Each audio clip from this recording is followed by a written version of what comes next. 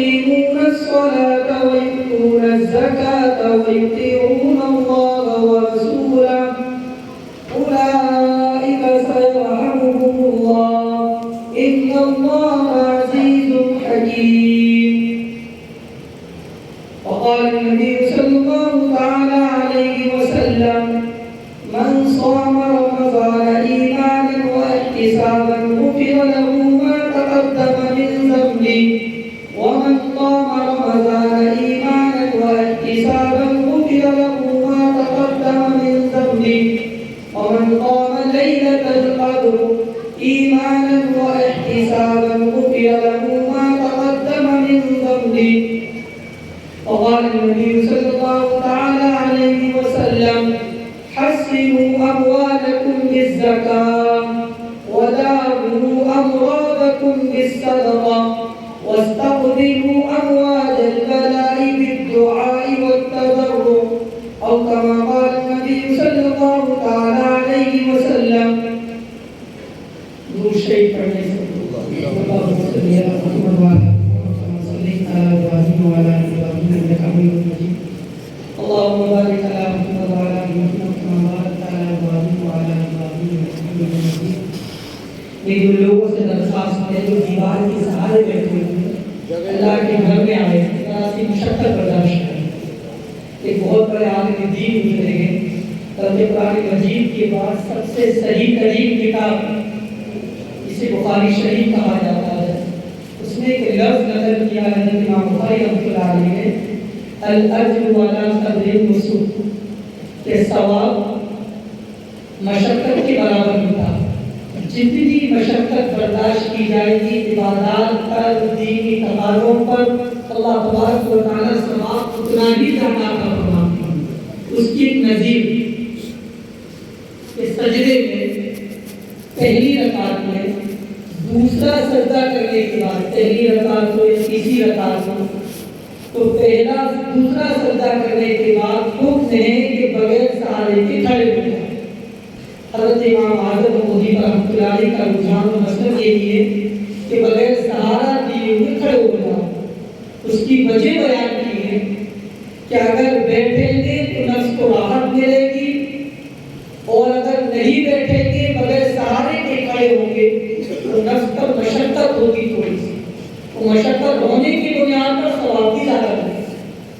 اب آپ اس کا اندازہ لگاؤ کہ اس مقام پر بھی بغیر سہارا دینے کو بغیر بیٹھنے کو کہا گیا اور کھڑے ہو جاؤ اس لیے کہ ثواب زیادہ ملے گا مشقتیں زیادہ ہو جائیں. اسی لیے ہم جب اللہ کے گھر میں حاضر ہوا کریں چاہے جمعے کا دن ہو چاہے کوئی جمعے کے علاوہ کوئی اور دن ہو کوشش یہ کیا کریں کہ ہم اللہ کے گھر میں اسی کیفیت اسی حالت میں بیٹھا کریں کہ جس حالت میں نماز میں بیٹھتے ہیں. یہ بڑے نسخے ہیں انسان کی تربیت کے لیے. تو سب سے پہلی بات تو یہ کہ اللہ کے گھر میں حاضر ہوئے ہیں آج عید کی راتوں میں سے دوسری رات ہے. اس لیے ہم جتنی دیر بیٹھیں تو اگر ثواب میں لکھوانا ہو تو ہم اعتکاف کی نیت کریں. بسم اللہ نذرت وعلیہ توکلت ونویت سنت الاعتکاف. اب اعتکاف کی نیت سے جتنی دیر اللہ کے گھر میں حاضر رہیں گے تو انشاءاللہ ثواب تو بہت ملتا رہے گا. میرے عزیزوں میرے بھائیوں کہ ہم سب مذاکرے کے لیے جمع ہوئے کہ ہماری پوری زندگی کی بنیادیں اسلام اور ایمان پر ان دونوں چیزوں سے ہٹ کر اگر زندگی گزارنے کی کوشش کی جاتی ہے کی جائے گی تو وہ انسان ظاہر میں تو اسے لگے گا کہ میں یہاں پر چل رہا ہوں لیکن ظاہری کامیابی اس کو کامیابی نہیں دے گی. حقیقت میں اسے کامیابی نہ یہاں کی ہے اور نہ وہاں کی. کیونکہ یہ دونوں چیزیں ایمان اور اسلام. علامہ انور شاہ کشمیری رحمۃ اللہ علیہ بہت بڑے عالم دین گزرے گئے. ان کو کہا جاتا تھا کہ صحابہ کے حفظ کی صحیح یاد تازہ علامہ انور شاہ کشمیری رحمۃ اللہ علیہ کے زمانے میں. ایک وقت میں آپ کی میز پر سیاہ سبتہ بنیادی حدیث کی کتابوں کے ساتھ ساتھ دوسری کتابیں بھی آپ کے ساتھ ہوتی. اگر آپ بخاری پڑھا رہے ہیں اب اسی وقت بتا دیتے کہ حدیث کس کس جگہ پر کہاں ہے. جب ایک چیز آپ دیکھ لیا کرتے تھے تو 40 سال تک وہ چیز آپ بھولا نہیں کرتے. اللہ پاک نے غضب کا اور عجب حافظہ آپ کو عطا فرمایا. علامہ شاہ کشمیر رحمۃ اللہ علیہ کا وہ ایک ملکہ کا علم ہے. اس کی بنیاد پر آج اللہ پاک نے آپ کے روحانی طلباء پوری دنیا میں پھیلائے ہیں. دیکھیں تمہیں عزیزوں علامہ شاہ کشمیر رحمۃ اللہ علیہ فرمایا کرتے تھے کہ ایمان اور اسلام، دیکھو عام بات کرنا ہے مجھے تو مذاکرے کے طور پر کہ ایمان اور اسلام، ایمان پر عمل کرنے والے کو مومن بولتے ہیں اور اسلام پر چلنے والے کو مسلمان بولتے ہیں.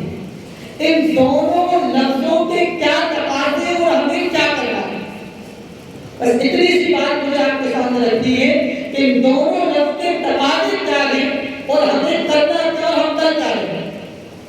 ایمان، ایمان کا تعلق، ایمان کی شروعات کہاں سے ہوتی ہے؟ ایمان کی شروعات انسان کے باطن یعنی کہ دل سے ہوتی ہے اور ایمان کا خاتمہ انسان کے ظاہر پر ہوتا ہے. یعنی کہ ایمان، لفظ ایمان کی شروعات انسان کے دل سے ہوتی ہے اور اسلام کی شروعات انسان کے ظاہر سے ہوتی ہے اور اسلام کی تکمیل، اسلام کا تکمیلہ، اسلام مکمل ہوتا ہے انسان کے دل پر جا کے. یعنی کہ دونوں لفظوں میں فرق ہے، تفاوت. ایک کی شروعات دل سے ہوتی ہے اور ایک کی شروعات انسان کے ظاہری بدن سے ہوتی ہے. اب آپ غور کریں کہ ایمان کی شروعات انسان کے دل سے ہوتی ہے تو اس کا مطلب کیا ہے؟ کیا ایمان ہے؟ ایمان کا مطلب کیا ہے؟ تو بنیادی چیزیں حضرت مفتی سعید احمد صاحب قادری رحمۃ اللہ علیہ، میرے استاد ہوتے ہیں مفتی صاحب رحمۃ اللہ علیہ، فرمایا کرتے تھے کہ ایک ربڑ ہے، اسے کھینچو گے آپ تو بالش ہوگی، چھوڑ دو گے دراصل بچے گی. یہی ایمان کا معاملہ ہے کہ آپ جتنے عقیدے دل سے جن باتوں کو ماننا ہے، جن باتوں کو آپ مانو گے اسے جتنا پھیلاؤ گے بہت زیادہ ہو جائیں گے. جیسا کہ حضرت گاندھی ہوتا ہوئے عقائد جب لکھنے پر آئے تو آپ نے 50 عقیدے لکھے. جب آپ اس کو سمیٹو گے تو ایمان مفصل پر آئے. میرا عزیزو مجمع اسی اعتبار سے ہے کہ ہم اپنے ایمان کو ہمیں محفوظ رکھنا ہے، ایمان کو بچانا ہے. جب ایمان بچے گا تو بعد کی ساری محنتیں، ساری ریاضتیں، ساری عبادتیں اور ساری کاوشیں کامیاب ہوگی. اگر ایمان ہی ختم ہے، ایمان ہی نہیں ہے، عقیدہ ہی صحیح نہیں ہے، اللہ کے ساتھ ہماری کیا وابستگی ہونا چاہیے، اللہ کے ساتھ ہمارا تعلق کیسا ہونا چاہیے، اگر اس کا علم ہی نہیں ہے تو میرا عزیزو سارا معاملہ بیکار. شیخ سعدی رحمۃ اللہ علیہ مشہور بزرگ گزرے ہوئے، وہ کہتے ہیں کہ بے علم ناتواں خدا نہ شناخت، کہ بغیر علم کے خدا کی پہچان ہو ہی نہیں. اللہ کو پہچان ہی سکتے ہیں. اللہ کی طاقت کیا ہے؟ ایک ایمان والے کے دل کے عقائد کا ہونا چاہیے. تو میں نے 50 عقیدے دیے. جب اسے اور مختصر کیا تو بچوں کو پڑھاتے ہیں مکتب میں ایمان مفصل میں 7 عقیدے آتے ہیں. آمنت باللہ وملائکتہ وکتبہ ورسلہ والیوم الآخر والقدر خیرہ وشرہ من اللہ تعالی والبعث بعد الموت.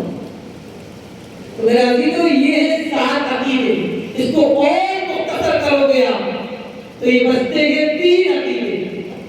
نمبر 1 پر اللہ کو ایک ماننا، نمبر 2 پر جناب رسول اللہ صلی اللہ تعالی علیہ وسلم کو آخری رسول دل سے ماننا، نمبر 3 پر بعث بعد الممات یعنی کہ آخرت کا عقیدہ. یہ 3 عقیدے ہیں. اور مختصر کرو گے آپ تو 2 ہے، لا الہ الا اللہ محمد رسول اللہ. کلمہ اقرار ہے، لا الہ الا اللہ محمد رسول اللہ، یہ دو عقیدے ہیں۔ تو معلوم یہ ہوتا ہے کہ دل سے جس چیز کی شروعات ہوتی ہے اسے کہتے ہیں ایمان، اور ایمان مکمل ہوتا ہے انسان کے ظاہر پر۔ اسلام کی شروعات ہوتی ہے انسان کے ظاہر سے، اور اسلام کی تکمیل ہوتی ہے انسان کے دل پر جا کر۔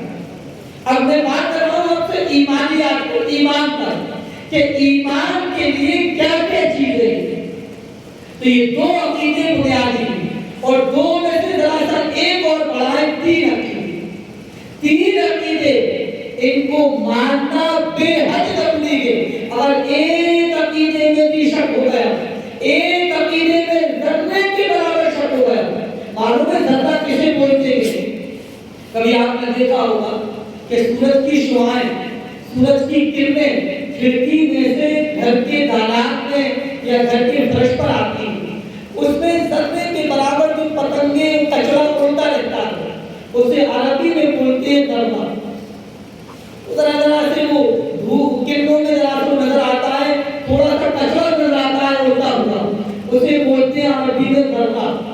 اس کو قرآن میں کہا ہے فَمَن يَعْمَلْ مِثْقَالَ ذَرَّةٍ خَيْرًا يَرَهُ، کہ جس نے بھی ذرے کے برابر خیر کا کام کیا اللہ تبارک و تعالیٰ اس کو کل قیامت میں اس کے سامنے لا حاضر کرے۔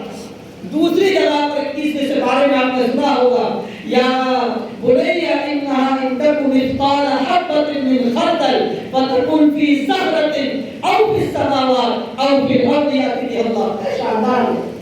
حضرت لقمان حکیم نے اپنے بیٹے کو بڑی قیمتی نصیحتیں کی، اس میں سے نصیحت یہ کی، اے میرے پیارے بیٹے، یا بنیا، اے میرے پیارے بیٹے، انها ان تک مثقال حبة من خردل، رائی کا دانہ ذرا سا ہوتا ہے، اگر رائی کے دانے کے برابر بھی کوئی عمل کیا ہے، اگر وہ آسمانوں میں یا زمین میں ہو، اللہ تبارک و تعالیٰ کل رات کو قیامت کو اسے دلا حاضر، یعنی کہ بالکل انصاف کا معاملہ ہو۔ تو میرے عزیزوں، ہمیں محنت کرنا ہے 7 عقیدوں پر، اپنے بچوں کو بھی محنت کرنا ہے تاکہ حالات کتنے ہی مخالف ہو، ہمارے ایمان کے لٹیرے ہمارے سامنے کیوں نہ کھڑے ہو، لیکن اپنے ایمان میں کمزوری کا معاملہ ہرگز نہیں کریں گے۔ اگر نمازوں میں کمی ہوتی ہے، اگر روزے میں کمی ہوتی ہے، زکات کی ادائیگی میں کمی ہوتی ہے، حج کمی ہوتی ہے، اس کی سزا بھگتنی پڑے گی، لیکن اگر ایمان میں کمی ہوتی ہے، عقیدے میں کمی ہوتی ہے، اللہ تبارک و تعالیٰ ہرگز معاف نہیں کرتا۔ اسی لیے میرے عزیزوں، اپنے ایمان کو پکڑنا ہے، ایمان کو پختہ کرنا ہے۔ تو یہ رات بڑی قیمتی رات ہے، اس رات میں مذاکرہ ہو، اس رات میں اپنے ایمان کو ہم جانچیں۔ تو میرے عزیزوں، پہلا عقیدہ ایمان، دل سے جس چیز کو